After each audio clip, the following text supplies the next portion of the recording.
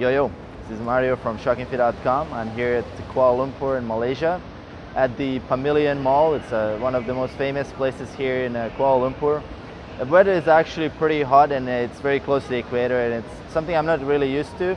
I rarely come this close to like tropical weather and stuff, but it's pretty cool actually. So besides the spicy food and the beautiful city and everything here, like people are super nice, and I would highly recommend to check it out. But stay on the topic. The topic of today's video is what is the best ratio of macronutrients when you're dieting and when you're bulking.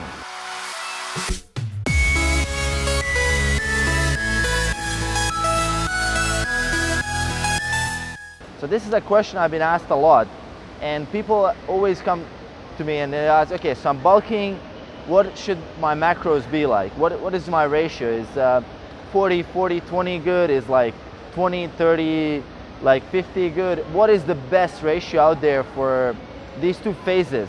So let's crack into it. First, I want to say that the whole concept of having ratios and having percentages is completely false.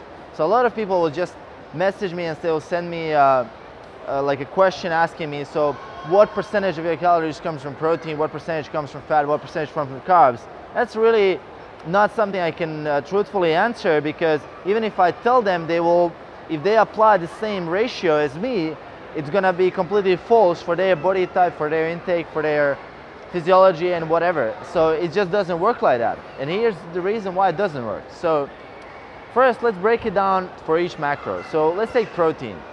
So a lot of scientific research has been done on protein, and a lot of has been established already. So what has been established that anything above 0.83 grams per pound of lean body mass has absolutely no benefit whatsoever in increasing your protein intake. So when we plan our intake, let's say you plan your 4,000 calorie intake or 3,500 calorie intake, you will always use that amount instead of like a percentage. So if I say that, just to be sure, what I personally use, I always use 1 gram per pound just to be absolutely sure, because there's always like questionable quality of protein, and there's always like different factors involved. So you want to kind of make it sure, so you just add a little bit extra, which turns into 1 gram per pound of lean body mass. So let's say I will have that intake for 3,500 calories. It's still going to be around 170, 165 grams, and I will not go higher than that. So what leaves me is what I do for carbs and for fats. So this is a personal choice. There's actually, for fat, let's take fat for example, fat, there is a minimum you have to intake, so just to preserve your health and to preserve the bodily functions, because fat is an essential nutrient, and that is absolutely crucial to understand. So you can't really do less than 40-30 grams per fat a day. It's not very nice, it's not very good for your health.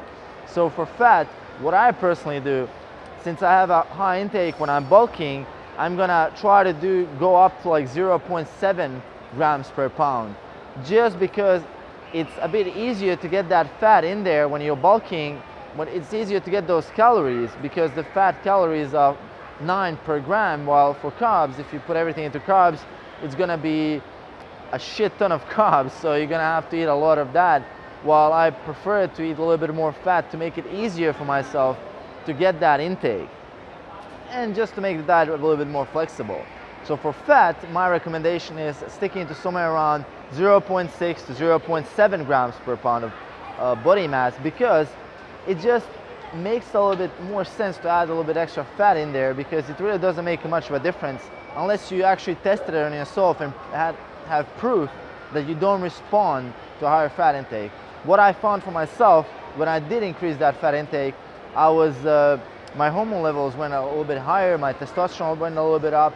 I just felt much better than, for example, when I followed an extremely low fat diet where my intake was around 50 grams a day, which didn't really prove to be effective for me. So I had to go up to 100 per day, and when I'm cutting, I rarely go under 80 per day. So that's my personal recommendation for you, is don't go under 80 grams per day. Just from my experience, maybe for you, there's always individual differences. So if you find that you can go under that, Feel free to go if you feel good, whatever, it's your choice.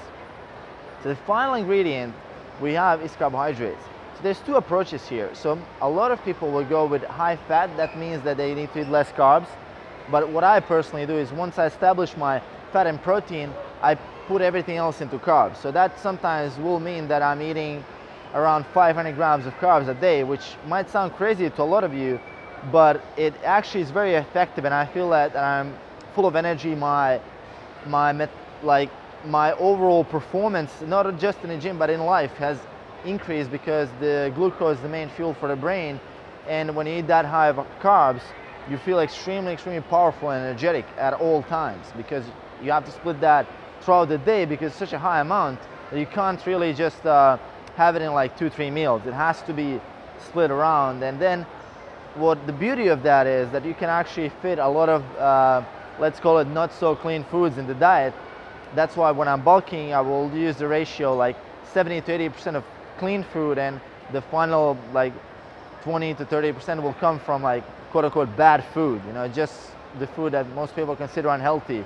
Which actually, what I found is when I do that, I attain a lot of psychological benefits, and I feel a lot stronger and I feel a lot better when I do like kind of make it a little bit less cleaner.